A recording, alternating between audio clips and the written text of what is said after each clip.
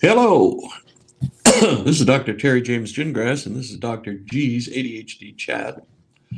And this is second time we're trying to record this little baby. Some reason my microphone went on the fritz, so I had to switch out. Anyway, this is a show trying to make the world safe for ADHDers. I am a clinical psychologist, excuse me, and I am also the father of a couple of ADHD kids. I just got the signal from my sound engineer that we are on this time. So I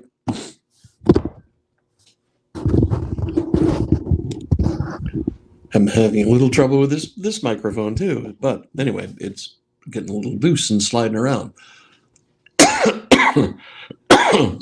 So today I want to talk a little bit about ADHD and sleep. It's kind of funny because I've been working with ADHD for 40 some odd years before it was actually ADHD. I mean, my kids were born before that was in the diagnostic and statistical manual. And we didn't have ADHD. We also didn't have ADD, which is the precursor. That was the first one that came out in 1980. And then in 1987, they decided that wasn't enough. So they started calling it ADHD. This in spite of the fact that ADHD has been described in medical literature since I think about 1750. I've forgotten what his name is, but it was a Scottish physician that described it in great detail. So we recognize what it is today. So it's been around for, a long time. And there have been other diagnoses or other descriptions, rather, of individuals with ADHD that are recognizable, but of course they weren't called ADHD. Anyway, that's not really what we're here to talk about today. I was talking with my wife a while ago, and we were talking about getting to sleep because I have something of a reputation for being able to get to sleep fast. Can't make any money like that, but it's something. Because I really, I can like 2 or 3 minutes and I'm probably going to be out if I'm on a bed or, and I'm trying to go to sleep. So, we were talking, I'm talking, well, I don't do anything. I just, lie still and let my mind get quiet and boom, I'm asleep. And she goes, but getting to sleep is so boring. Which was like, what? I never even considered that. I mean, you have to do it every day. Everybody goes to sleep every day, pretty much. Unless they're, being worked to death somewhere. But most of us, every 24 hours, we go to sleep. And most of us don't have any real problems with it, I think. I don't know. For all I know, sleep problems are a growth industry. I know sleep apnea is a growth industry. Anyway, but I did, just getting to sleep for a person who doesn't have a special problem, that just kind of surprised me. And then I thought about, she's saying she's probably ADHD. So, is that a symptom of ADHD? I don't know. I mean, really, a lot of times kids especially have trouble getting to sleep. And a lot of times it carries over into adulthood. But not all kids with ADHD have troubles getting to sleep. And I've never seen it particularly described as a symptom. But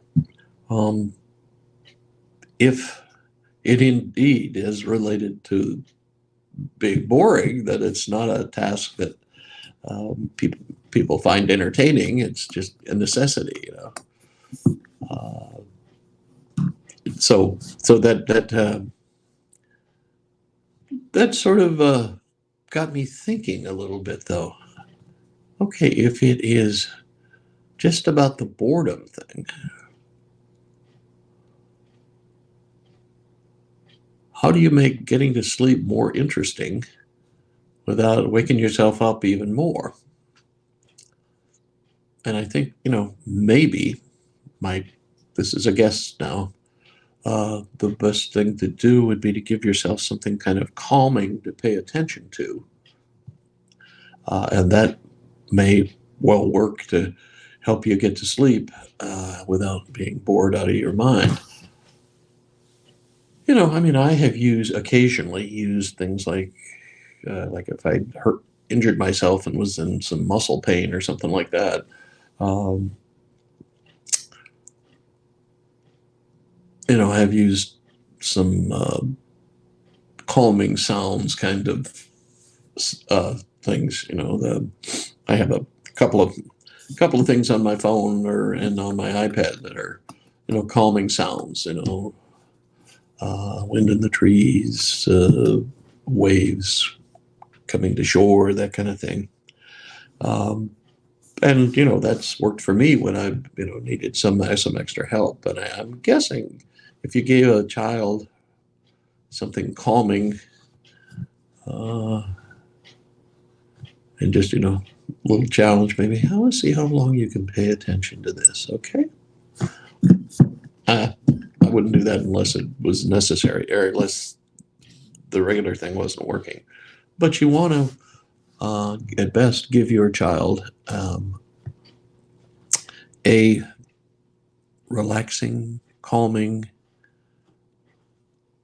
sort of task that they could do. I mean, there are lots of.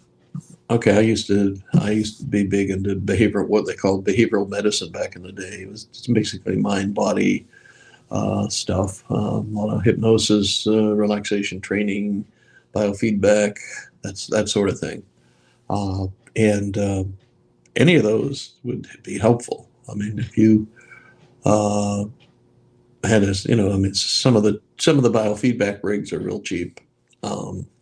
Usually the thermal ones are real cheap. They're basically just a glorified thermometer, but and you could use those to help your child. Just okay, look at this number and see if you can make it go like in thermal. You're wanting it to go up, or sometimes it's just got a light indicator or something like that. Now just pay attention to that.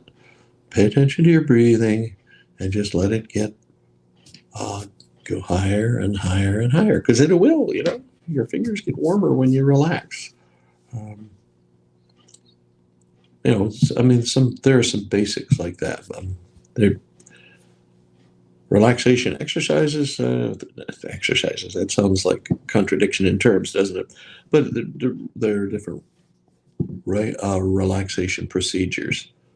Progressive muscle relaxation is one. That's basically you tense your muscles tighter, and then let go. And you go through about 12 different muscle groups, just the major ones. Big muscles in your arms, big muscles in your legs, abdominals, a little bit in your pecs, and a little bit in your back and neck. And some facial stuff, just open your mouth way wide and squeeze your eyes real tight, that kind of thing. If you do that slowly, just by the time you get done, I guarantee you will be more relaxed. And it's always easier to go to sleep when you're nice and relaxed. So teaching your child about ADHD, teaching your child about how to handle has sleep problems. It also helps you handle emotional regulation kinds of things. If you have a technique that you can use to relax yourself, these things are, you have to practice them because it's a skill. It's not just that it's a magic procedure, but it's a skill. So you have to like if you do progressive muscle relaxation, once you've gotten so you do the whole 12 routine, you can get a pretty good response just doing just boom, like if you just do those, you're right now you're getting your biceps and the muscles in your forearms, and then, or once you get good at it, I mean, breathing focus is also a way of helping yourself get to sleep. If you just every time you exhale, and then you want to be breathing from the diaphragm. Every time you exhale, it's let go. Let go, which means you're letting go of all the muscle tension in your body. Let go. And if you just say that to yourself every time you exhale, and ADHD, it surprises me, and it surprised me the first few few dozen times I tried. They do pretty well with relaxation procedures, relaxation training procedures. Um, and you keep it kind of like it's a game. Let's see how still you can be. Just for as long as you can. Just focus on your breathing. And diaphragmatic breathing, if you're not familiar with it, and a lot of people make mistakes with their breathing when they try to hold their stomachs in so they have that beach figure, But your body is designed so that when you inhale, your diaphragm, which is the muscle separating your lungs from your abdominal area, your diaphragm goes down and your stomach goes out, and that's when you're inhaling. And then when you exhale, your stomach goes in and your diaphragm goes up and you squeeze the air out.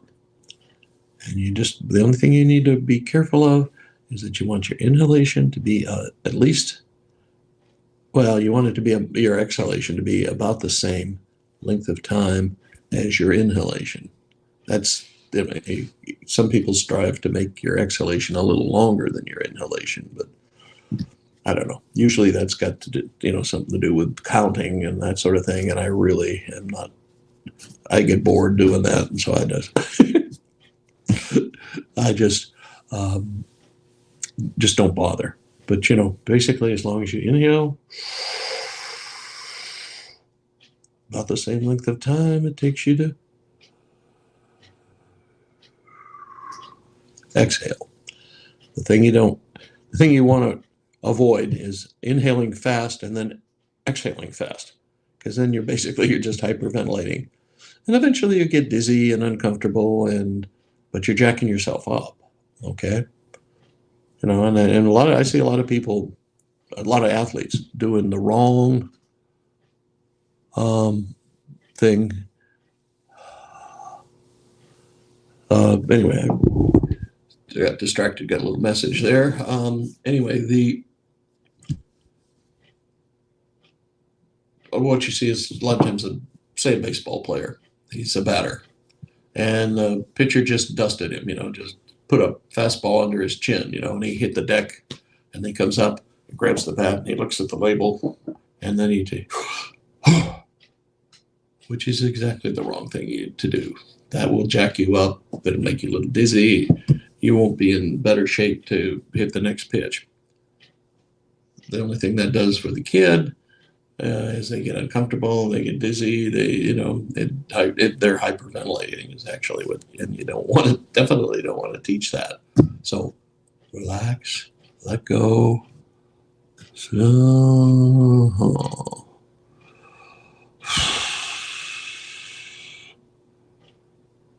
I am getting junk mail from somebody who's pushing one of those wonder drugs. And I'm a little irritated right now, but they're using different names now. They're switching those out. But suffice to say, there's no research that proves there's a magic cure for ADHD that isn't already available from your friendly neighborhood family practice doc or psychiatrist. Okay? The mushrooms and all that other stuff just there's no research that suggests it's effective. And I kind of like to stick with the research. So back to where we were. Exhale about the same length of time as inhale.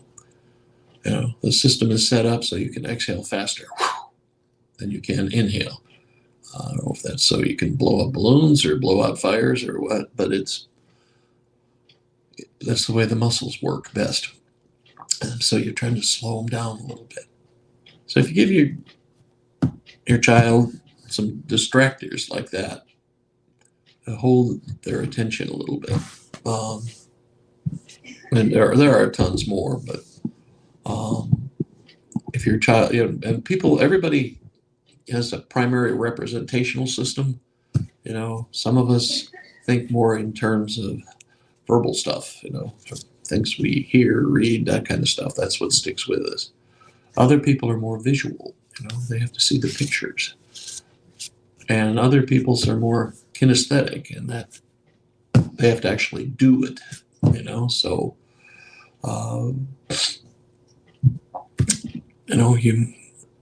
it's the difference between reading how to build or put a roof on a house,